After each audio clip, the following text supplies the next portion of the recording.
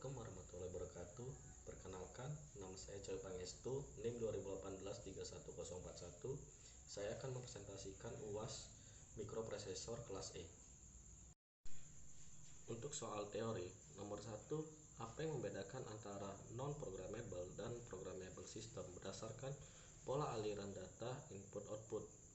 Jawab, programmable menunjukkan kemampuan dalam hal memori untuk menyimpan program yang telah dibuat dengan mudah diubah. Untuk fungsi dan kegunaannya, memproses input sinyal biner menjadi output yang digunakan untuk keperluan pemrosesan teknik secara berurutan. Untuk non-programmable, kemampuan sebaliknya dari programmable, polar input, output semula bekerja tetap dengan perangkat hardware semata tanpa program.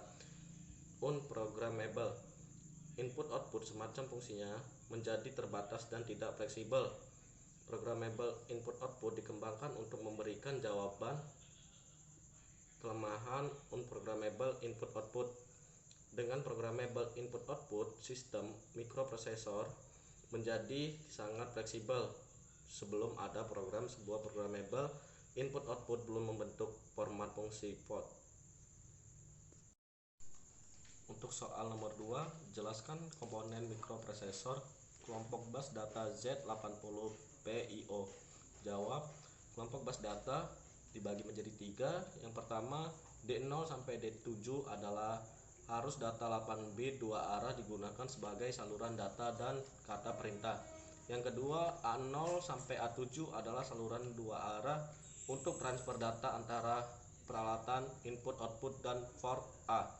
Yang ketiga, B0 sampai B7 adalah saluran 2 arah untuk transfer data antara input-output dan port B. Untuk soal nomor 3, Peripheral Programmable dan Interface PPI 8255 dikenal dengan mode operasi PPI 8255, mode 0, mode 1, mode 2. Jelaskan yang dimaksud dengan mode-mode tersebut. Jawab, PPI 8255 dapat dioperasikan dalam 3 mode. Mode yang pertama yaitu mode 0, port A, port B, dan port C bekerja sebagai port input-output sederhana, yaitu tanpa hubungan dengan perangkat keras. Yang kedua, mode 1, port A, port B bekerja sebagai port input-output yang dilengkapi dengan hubungan otomatis, yaitu dengan menggunakan sebagian dari pin-pin untuk port C.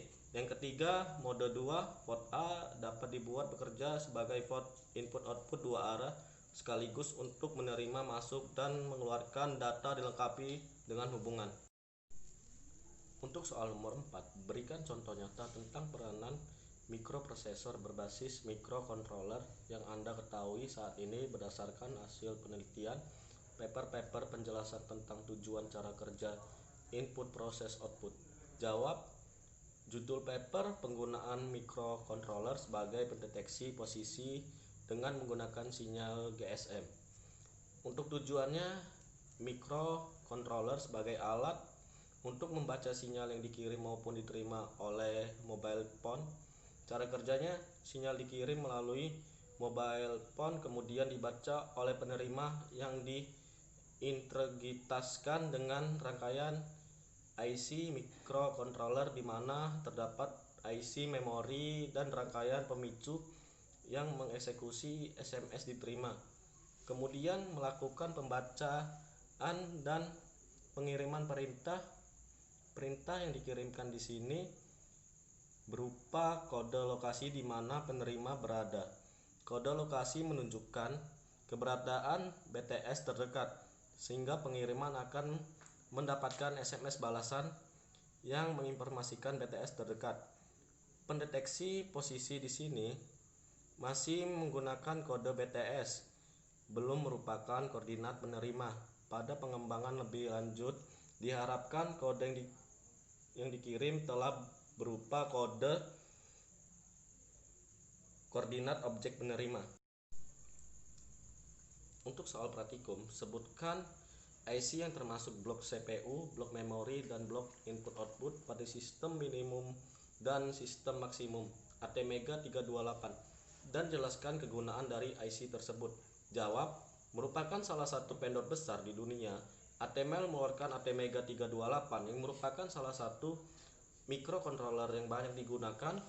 Microcontroller ATmega 328 memiliki kompatibilitas penuh dengan keluarga MCS51 lain, terutama pada bagian pemrogramannya, dan mampu diprogram secara sistem programming.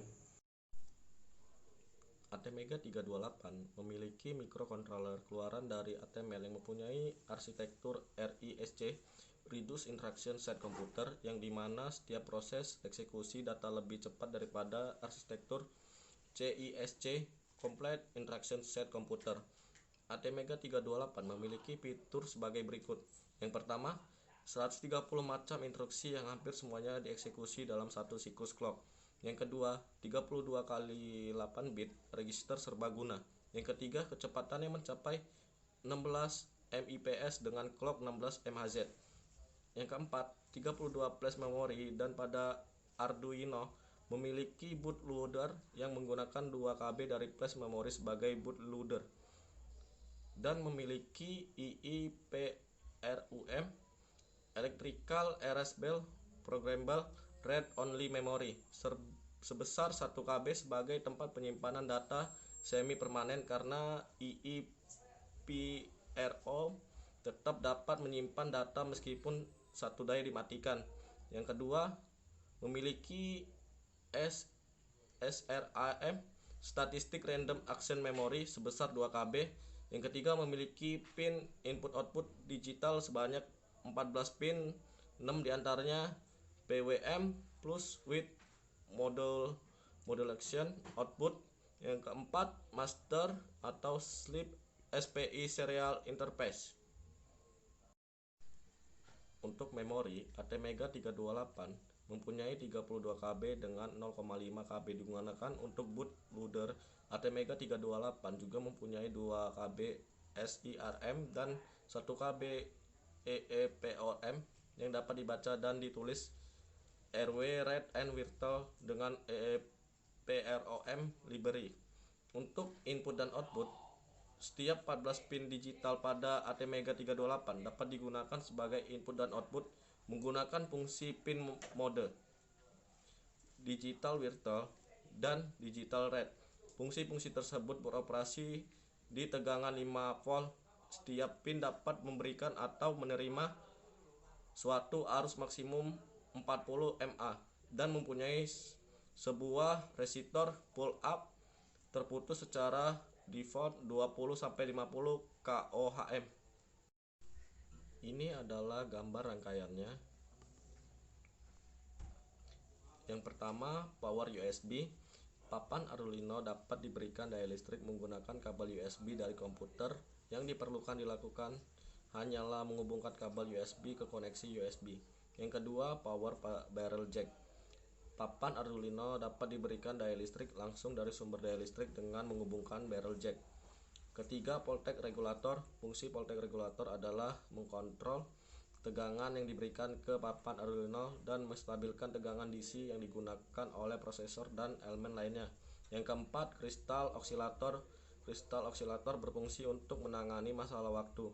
Bagaimana cara Arduino menghitung waktu?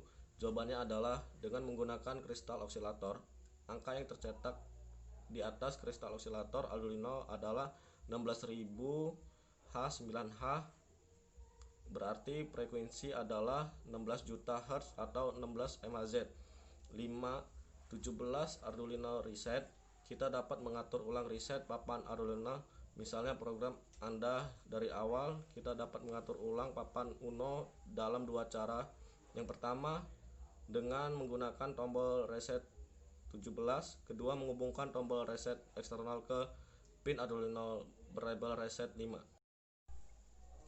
6,7,8,9 pin, 3.3,5 GND pin, 3.3 volt dalam kurung 6 supply 3.3 output volt, 5 volt dalam kurung 7 supply 5 output volt, GND 8 GORD. Adalah beberapa pin GND pada Arduino. Semuanya dapat digunakan sebagai GORD rangkaian. Pin dalam kurung 9. Pin ini juga dapat digunakan untuk menghubungkan satu daya ke papan Arduino dari sumber satu daya eksternal. Sebagai besar komponen yang digunakan dengan papan Arduino bekerja baik dengan tegangan 3.3 volt dan 5 volt. Yang ke-10, pin analog. Papan Arduino Uno memiliki 5 pin input analog A0 hingga A5. Pin ini dapat membaca sinyal dari sensor analog seperti sensor kelambatan atau sensor satu dan mengubahnya menjadi nilai digital yang dapat dibaca oleh mikroprosesor. Yang ke-11, microcontroller utama. Setiap papan Arduino memiliki IC microcontroller sendiri (11).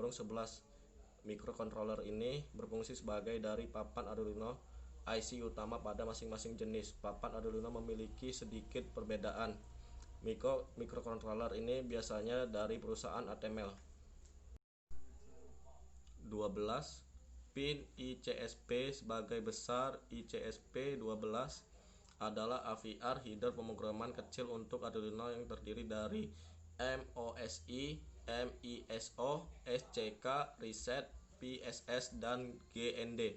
Ini sering disebut sebagai SPI, Serial Preheal Interface, yang dapat dianggap sebagai ekspansi dari output. 13. Indikator LED daya. LED ini seharusnya menyala ketika Arduino dihubungkan ke sumber daya. Jika lampu tidak menyala, maka ada yang salah dari koneksi. 14. LED TX dan RX. TX transmit dan RX receive muncul pada dua tempat. Pertama, pada pin digital 0 dan 1 untuk menunjukkan pin yang bertanggung jawab untuk komunikasi serial. Kedua, LED TX dan RX di (13). LED TX berkedip dengan kecepatan yang berbeda saat mengirim daya serial. Kecepatan flashing tergantung pada baud rate yang digunakan oleh board. RX berkedip selama proses penerimaan 15 digital input-output. Papan Arduino Uno memiliki 14 pin input-output digital (15) yang 6 menyediakan output PWM plus with modulation. Pin ini dapat dikonfigurasikan untuk berfungsi sebagai pin digital input untuk membaca nilai logika 0 atau 1 atau sebagai digital pin output untuk menggerakkan modul yang berbeda. Ke-16, AREP. ARP adalah singkatan dari analog resist. Kadang-kadang digunakan untuk mengatur tegangan responsif eksternal antara 0 dan 5 volt sebagai batas atas untuk input pin analog. Soal nomor 3, jelaskan secara singkat prinsip kerja dari virtual breadboard. Buatlah kesimpulan praktikum Anda tentang blink LED menggunakan Arduino pada PB. Jawab, virtual breadboard juga merupakan software simulasi dan pengembangan untuk aplikasi embedded dan menggunakan microcontroller. Sangat mudah digunakan dan dapat menggantikan portal board untuk bereksperimen dengan desain baru. VB mensimulasikan banyak PIC16 dan perangkat microcontroller PIC18 dan sekarang dengan Arduino dan emulasi NetDuino. Selain itu dapat digunakan untuk berbagai komponen simulasi seperti LCD, servos, logika, dan lain-lain. Input-output perangkat yang dapat digunakan untuk modul dan mensimulasikan sirkuit tingkat tinggi. Menu virtual breadboard mensimulasikan banyak PIC16 dan perangkat microcontroller PIC18 dan simulasi untuk Arduino.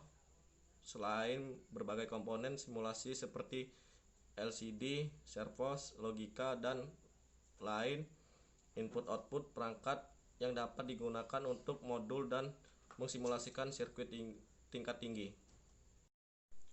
Blink LED dapat berkedip pada pin yang terpasang pada Arduino. agar LED bersinar menyala harus diberikan logika 1 atau high menggunakan pernyataan digital virtual LED pin high. Untuk mematikan LED diberikan logika 0 atau low digital LED pin low, sedangkan agar terlihat ke depannya diberikan tundaan antara menyala dan mati masing-masing 1 detik delay 1000. Soal nomor 4, jelaskan secara singkat prinsip kerja dari potensiometer.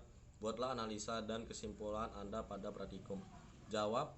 Cara kerja potensiometer adalah mengubah nilai registrasi pada kaki-kakinya sesuai dengan nilai yang dihendaki. Hal ini sesuai dengan fungsi utama dari potension, yaitu sebagai resistor variabel. Perubahan ini dilakukan dengan mengubah posisi tugas potension melalui putaran atau geseran. Perubahan nilai yang terjadi pada potensiometer dapat digambarkan sebagai perubahan nilai dua buah resistor.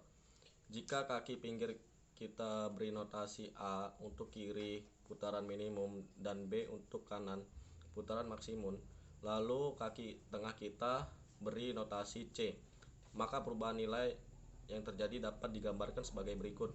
Dari perubahan nilai tersebut dapat diperoleh perbandingan resistansi terhadap resistansi total sebagai berikut. Ini adalah rumusnya. Persen PR sama dengan RAC per RAC plus RBC kali 100%. Perbandingan resistansi terhadap putaran inilah yang membedakan jenis-jenis potensioner logaritmis dan anti-logaritmis. Analisa posisi slide pot dapat ditampung dan dideklarasikan pada shortcode sehingga masing-masing posisi dapat berganti menyala dan mati sesuai perintah yang diberikan. Angka 0 pada digital word menunjukkan lampu mati dan angka 1 pada digital word menunjukkan lampu menyala. Ada 8 line pada lampu di 7 segmen yang dapat menyala sesuai perintah. Lampu menyala sesuai posisi slide pot ketika digeser.